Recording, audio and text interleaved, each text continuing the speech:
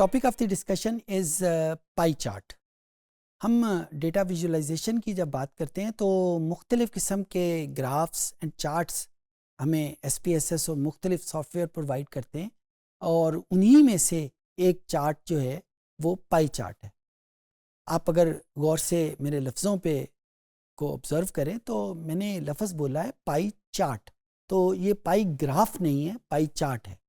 और ये हम पहले भी डिस्कस कर चुके हैं कि अंग्रेज़ी में ग्राफ और चार्ट शायद एक ही वर्ड है, शायद इनमें बहुत ज़्यादा डिफरेंस नहीं है, लेकिन जब हम स्टैटिस्टिक्स या डेटा एनालिसिस की बात करते हैं तो ये दो मुख्तलिफ वर्ड आते हैं।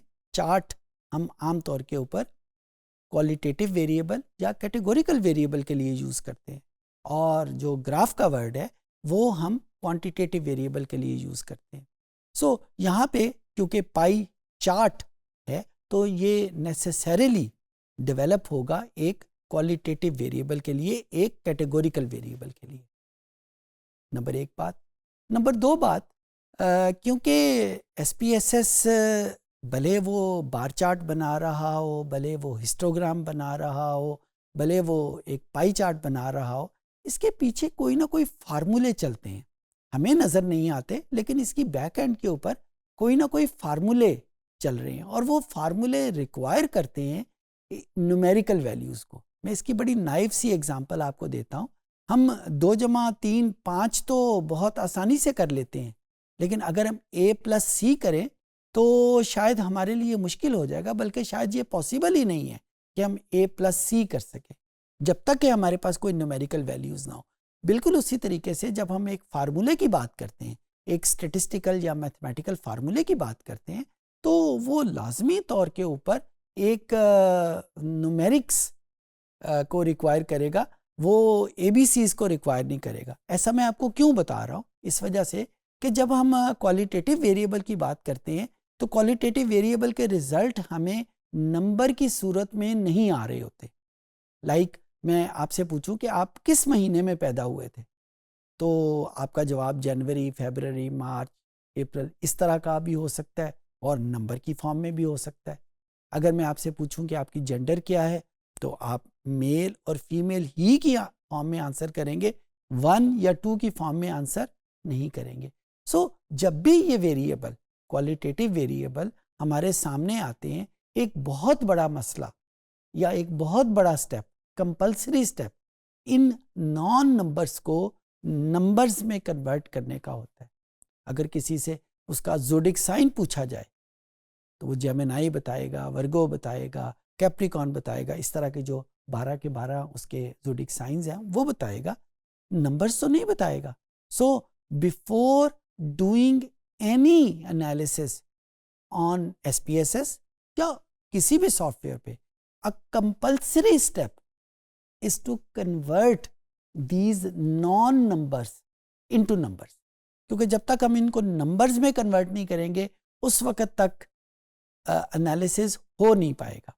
सो ये बात इस वजह से भी ज़रूरी है कि जिस वेरिएबल के ऊपर आप एनालिसिस करना चाह रहे हैं वो लाजमी तौर के ऊपर कैटेगोरिकल वेरिएबल हो, क्योंकि हम ये पहले से डिफ़ाइन कर चुके हुए हैं कि क्वालिटेटिव वेरिएबल को जब हम कोडिंग का प्रोसेस करके नंबर्स में कन्वर्ट कर चुके होते हैं तो फिर उनको कन्वर्टेड नंबर्स को हम कैटेगोरिकल वेरिएबल बोलते हैं। यानी जेंडर अगर मेरे पास मेल और फीमेल की फॉर्म में मौजूद है, इसके ऊपर मैंने कोडिंग की कि मेल को मैं 1 कहूँगा, फीमेल को मैं 2 कहूँगा, और मैंने उसका वो प्रोसेस कर दिया है।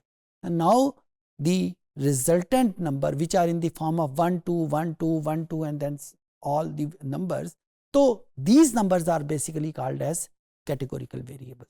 Okay, let's come to the SPSS, और हम किसी भी एक वेरिएबल का पाई चार्ट को डेवलप करते हैं ताकि हम ये टेक्निक सीख लें कि हम इसको कैसे करेंगे। SPSS में पाई चार्ट को डेवलप करने के 2 तरीके हैं। मैं वो दोनों तरीके आपके सामने रखूँगा ताकि आप इन दोनों तरीक़ों के हवाले से इसको सीख लें। हर तरीके के अपने प्रोस एंड कॉन्स हैं, मेरिट्स और डीमेरिट्स हैं, तो जब हम इसको करने लगेंगे तो आप उसको भी जहन में रखिएगा। हमारे पास एक वेरिएबल है, ये कस्टमर DBS की फ़ाइल है, और हमारे पास एक वेरिएबल एज कैटेगरी है जिस कैटेगरी को मैं कन्वर्ट करना चाहता हूँ एक पाई चार्ट में। अच्छा, पाई एक दायरे को शो कर रहे हैं। पाई केक भी होता है, एप्पल पाई जिसे हम आमतौर पे कहते हैं। मेरे मुंह में पानी भी आ गया है, शायद आपके मुंह में भी आ गया हो कि पाई का जिक्र जहाँ पे भी होता है। सो इसका नाम वहीं से लिया गया है, क्योंकि वो भी जो एप्पल पाई है वो एक दायरे की शक्ल का होता है। वैसे पाई का ताल्लुक एप्पल या किसी खाने वाली चीज़ से नहीं है। आपको याद होगा ये एक ग्रीक सिंबल है पाई, उससे इसका नाम लिया गया, क्योंकि वो दायरे से मुतल्लिक है। लिहाजा ये जो ग्राफ है या चार्ट्स हैं, ये भी जो इसकी आउटपुट होगी वो एक दायरे की सूरत में होगी, और उससे हम रिजल्ट इंटरप्रेट करेंगे। लिहाजा इसका नाम पाई चार्ट है। सो हम यहाँ पे पहले मेथड की तरफ आते हैं। एनालाइज को क्लिक किया, डिस्क्रिप्टिव में गए, और फिर यहाँ पे फ्रीक्वेंसी को क्लिक किया। फ्रीक्वेंसी के बाद ये एज कैटेगरी का वेरिएबल यहाँ पे इंश्योर किया कि हमने लेफ़्ट विंडो से उठा के राइट विंडो में शिफ्ट कर दिया। शिफ्ट करने के बाद हमने यहाँ पे और किसी बटन को क्लिक नहीं किया। ये जो चार्ट्स का बटन है इसको यहाँ पे क्लिक किया। चार्ट के बटन को क्लिक करने के बाद आप देखें आपके सामने मुख्तलिफ ऑप्शंस ओपन होगी। उनमें से एक ऑप्शन जो है वो पाई चार्ट की भी है। इस पाई चार्ट को हमने यहाँ पे क्लिक कर लिया।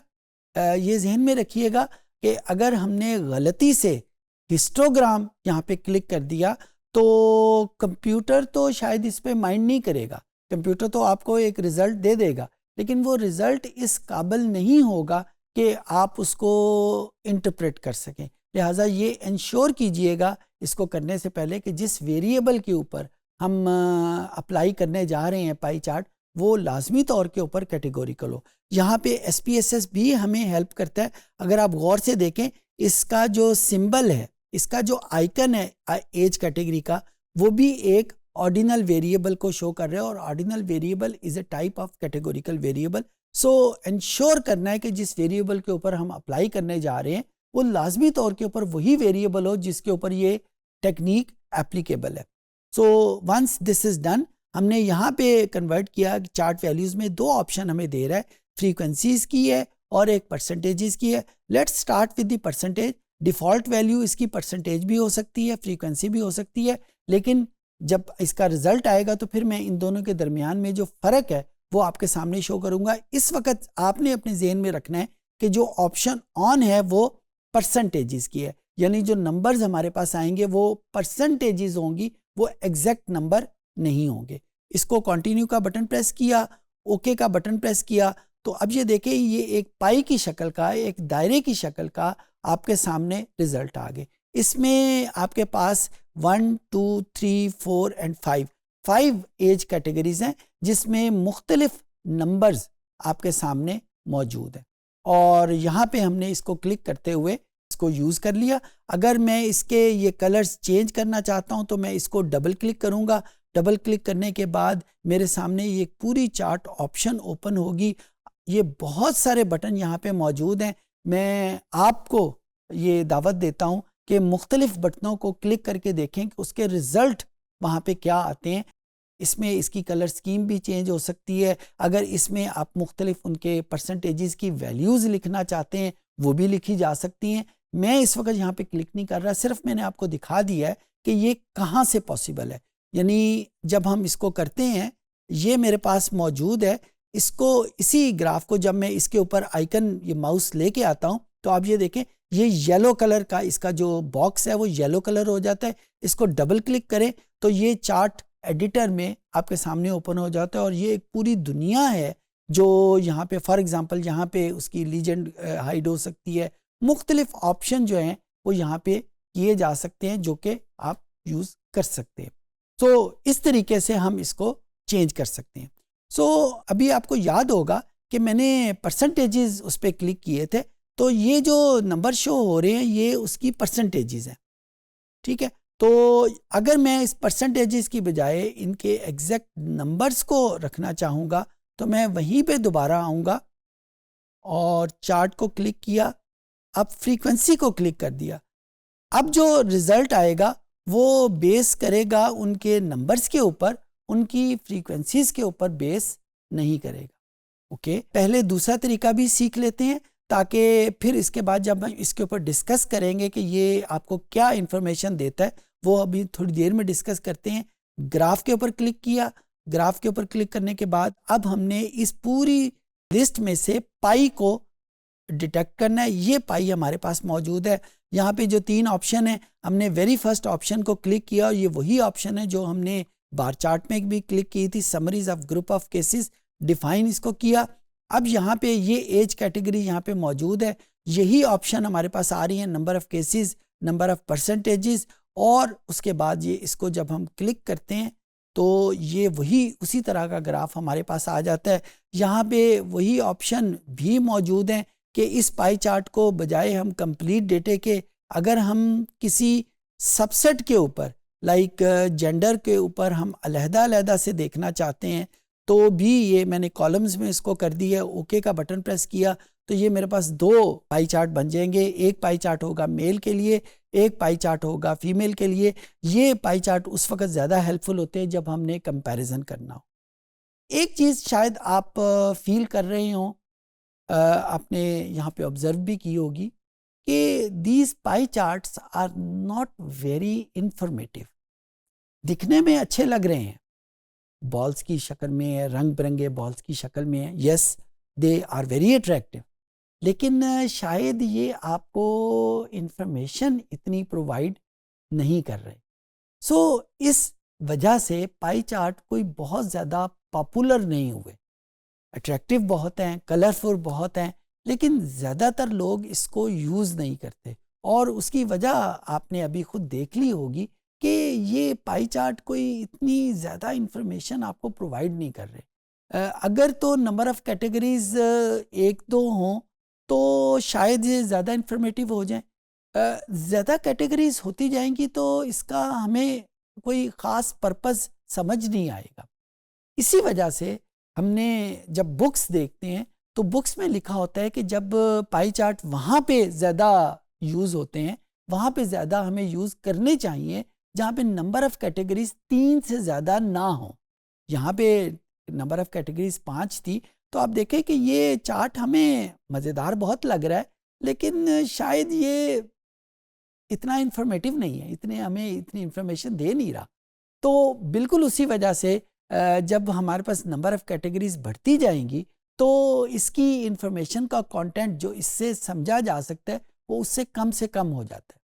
हाँ, मैं ये ज़रूर कहूँगा कि ये जो मैं वर्ड बोल रहा हूँ ना कि इन्फॉर्मेशन कम आ रही है, ये बाज़ माइंड सेट होते हैं जो तस्वीरों से ज़्यादा बेहतर तरीके से समझ लेते हैं। बाज़ लोग तस्वीरों से इतना ज़्यादा नहीं समझते, नंबर उनके लिए ज़्यादा बेहतर रोल प्ले करते हैं। तो शायद मैं इस वजह से कहता हूँ, या शायद जो लोग इसको इतना इन्फॉर्मेटिव नहीं कहते, शायद वो इस माइंडसेट के हैं जो नंबर्स को बेहतर तरीके से डील करते हैं, और आप उस माइंडसेट के हैं जो नंबर्स की बजाय तस्वीरों से ज़्यादा बेहतर कुछ इन्फॉर्मेशन ले लेते हैं। तो आपके लिए शायद ये ज़्यादा इन्फॉर्मेटिव हो। तो मैं इसको एक रूल नहीं बनाना चाहता, मैंने आपके सामने एक सिर्फ वो डिस्क्रिप्शन रखी है कि लोग आम तौर के ऊपर कहते हैं कि ये पाई चार्ट क्योंकि इतने ज़्यादा इन्फॉर्मेटिव नहीं होते, लिहाजा इसको यूज़ कम किया जाता है।